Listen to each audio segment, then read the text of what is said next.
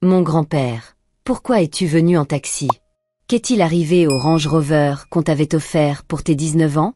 La voix de grand-père, à la fois chaleureuse et perplexe, résonna dans l'allée tandis que je descendais de voiture, un petit sachet de ses muffins préférés à la main.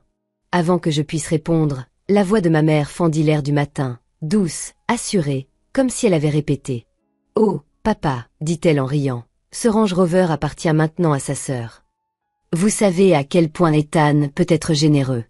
Bonjour à tous.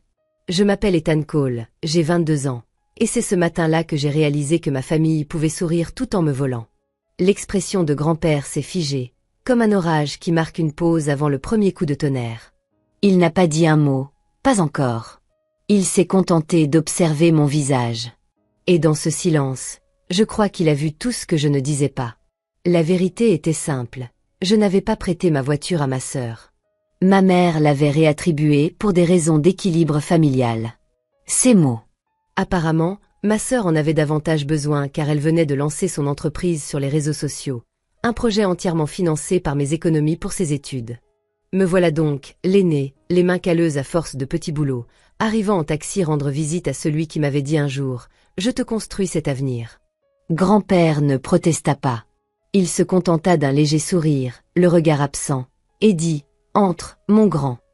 Parlons-en ». Et c'est là que j'ai compris que quelque chose avait changé en lui.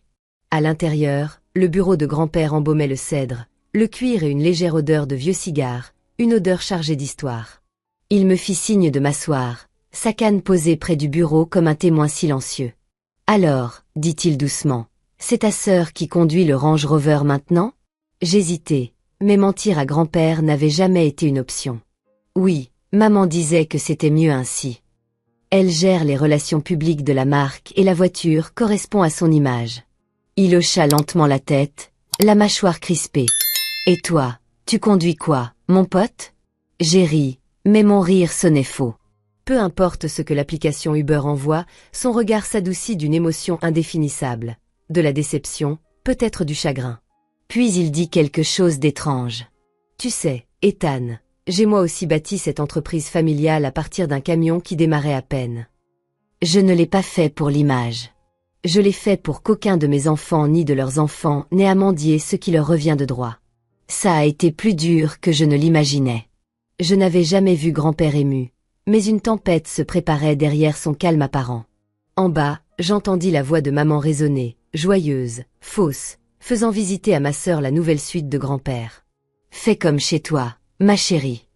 Papa ne verra pas d'inconvénient à ce que tu utilises son bureau pour tes séances photos. » Le regard de grand-père se porta furtivement vers la porte. « Séance photo.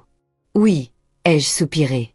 Elle transforme sa maison en un havre de paix. » Il esquissa un sourire. Pas pour longtemps. Ce soir-là, grand-père a insisté pour que nous dînions tous ensemble. L'atmosphère était formelle, comme une réunion de conseil déguisée en repas de famille. La longue table en chêne luisait sous la lumière du lustre, et l'air était lourd d'une tension palpable, d'une hypocrisie palpable. Maman garda son ton enjoué. « Papa, tu aurais dû voir à quel point Lily se débrouille bien en ligne. » Sa marque fait le buzz. La voiture contribue vraiment à cette image de luxe. Grand-père, lui, a simplement remué sa soupe. Le luxe, répéta-t-il. Drôle de mot.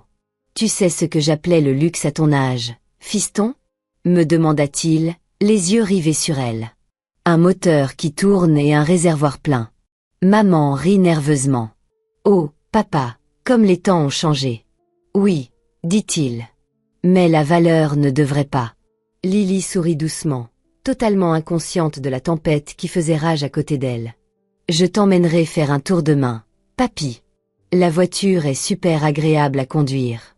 J'y ai même apposé mon logo. Sa cuillère resta figée en plein vol.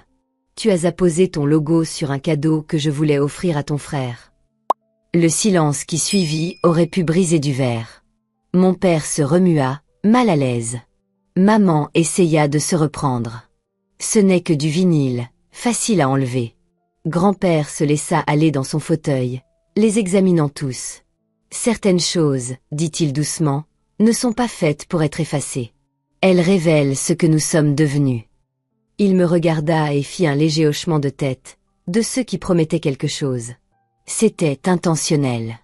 Le lendemain matin, le chauffeur de grand-père arriva à mon appartement avant l'aube. « Monsieur Cole vous attend au domaine », dit-il en me tendant une enveloppe scellée à mon nom.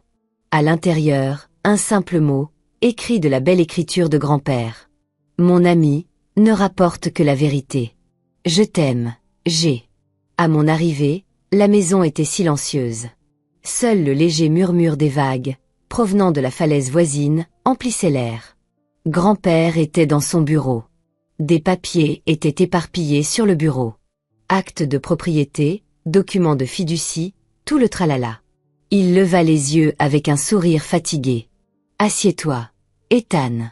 Je suis en train de réécrire quelque chose aujourd'hui. » Avant que je puisse poser la question, des pas ont résonné derrière moi. Maman. Elle a débarqué comme si elle était chez elle. Papa, c'est quoi cette histoire d'avocats qui viennent nous rendre visite? Tu avais promis de te reposer. Il ne lui a même pas jeté un regard. Le repos est pour ceux qui regrettent leur travail. Je suis en train de réparer le mien. Elle rit nerveusement. Oh, allez, papa. Pour une voiture? Non, répondit-il calmement. Au-dessus d'un motif. Elle se figea. Il plia soigneusement une lettre, la scella et la glissa dans une enveloppe portant la mention « à ouvrir à mon décès ». Puis il m'a regardé et a dit « J'ai bâti cette famille de mes mains. Mais j'ai oublié de leur apprendre ce que ces mains représentaient. » Le sourire de maman s'est effacé. « Papa, qu'est-ce que tu fais ?» Il se tourna vers elle. « Je vole.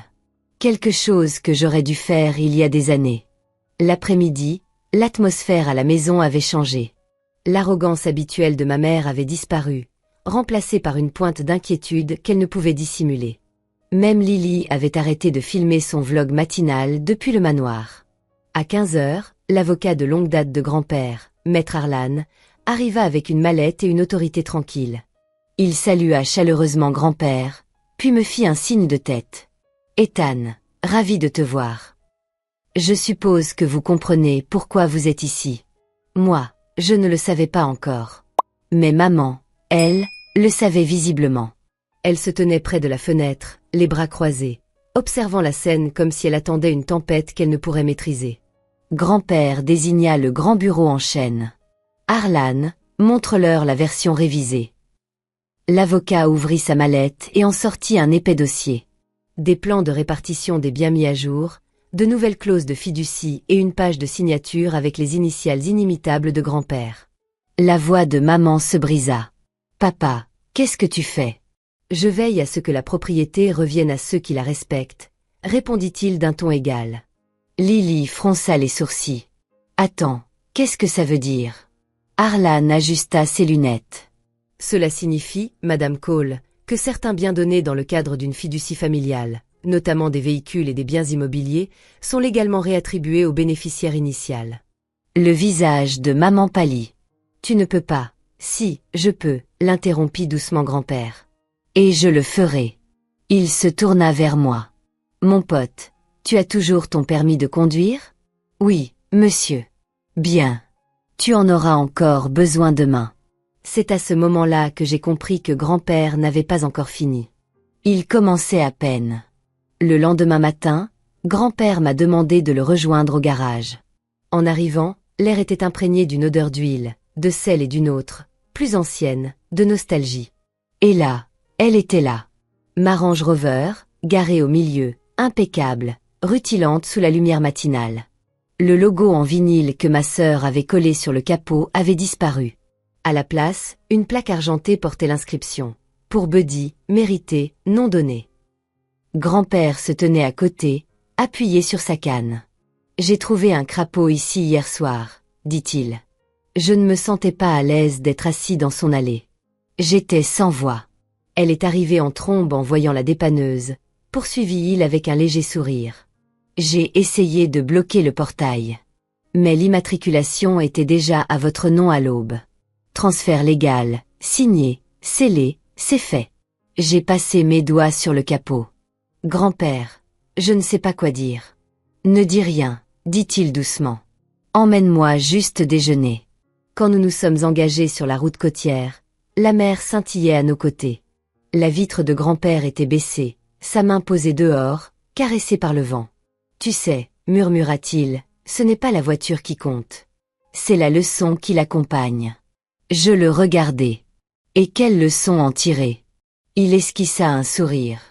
On ne peut enseigner la gratitude à ceux qui pensent que l'amour est une transaction. 2 soirs plus tard, grand-père invita de nouveau tout le monde à dîner. Même table, même lustre. Mais cette fois, il n'y avait plus de faux-semblants. L'atmosphère était tendue, le silence plus assourdissant que n'importe quelle accusation. Lily était assise tranquillement, les yeux rivés sur son téléphone. Sa mère ajustait sans cesse sa serviette, attendant l'occasion de parler. Son grand-père ne dit mot que lorsque le plat principal fut servi. Puis il déposa un document sur la table, la copie officielle de son testament mis à jour. « Je suis vieux », commença-t-il. « Assez vieux pour savoir quand mes leçons n'ont pas porté leurs fruits.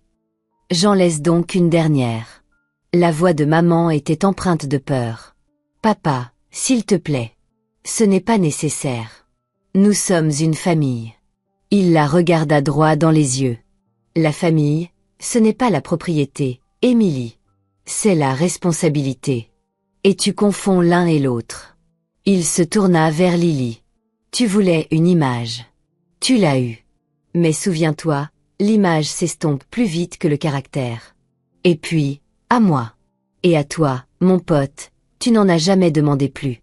C'est pour ça que tu sauras quoi en faire. » La fourchette de maman s'est fracassée sur le sol. « Tu lui laisses le contrôle? Sur quoi? » « Le domaine, répondit calmement grand-père. Et tous les biens à mon nom après mon décès. Vous avez eu l'occasion de prouver votre impartialité. Vous avez échoué. » Lily pâlit. Grand-père se leva lentement, s'appuyant sur sa canne. « Le dîner est terminé. La leçon d'héritage commence maintenant. » J'ai jeté un coup d'œil de l'autre côté de la table. Les mêmes personnes qui avaient ricané à mon arrivée en taxi me fixaient maintenant en silence. Mais cette fois, je ne me suis pas sentie insignifiante. Une semaine plus tard, grand-père s'est éteint paisiblement dans son sommeil. Le soleil du matin éclairait sa fenêtre d'une lumière parfaite. Calme, doré, serein. Ainsi vécurent ces derniers jours. Les funérailles furent empreintes de discrétion. Pas de caméra. Pas de discours sur l'unité familiale. Juste la vérité, écrite à l'encre. C'était scellé dans les documents que son avocat nous a remis ensuite. À la lecture du testament, le visage de ma mère s'est figé, ses mains tremblant à chaque page tournée. Grand-père ne m'avait pas tout légué. Il m'avait légué un but. La maison, les véhicules et les parts de l'entreprise ont été placés dans une nouvelle fondation, le Call Trust for Integrity and Education, dont je suis la directrice. Maman et Lily recevraient une allocation fixe, à condition de rester honnête et de contribuer à la communauté. Ces mots, pas les miens. Je ne me suis pas réjouie de la situation. Je me suis contentée d'écouter, ressentant toute la gravité de son acte. Ce n'était pas de la vengeance. C'était une réparation. Après la réunion, je suis retournée une dernière fois sur la route côtière et j'ai garé le Range Rover près de la falaise où il avait l'habitude de se tenir. L'océan était bruyant ce jour-là, mais paradoxalement paisible.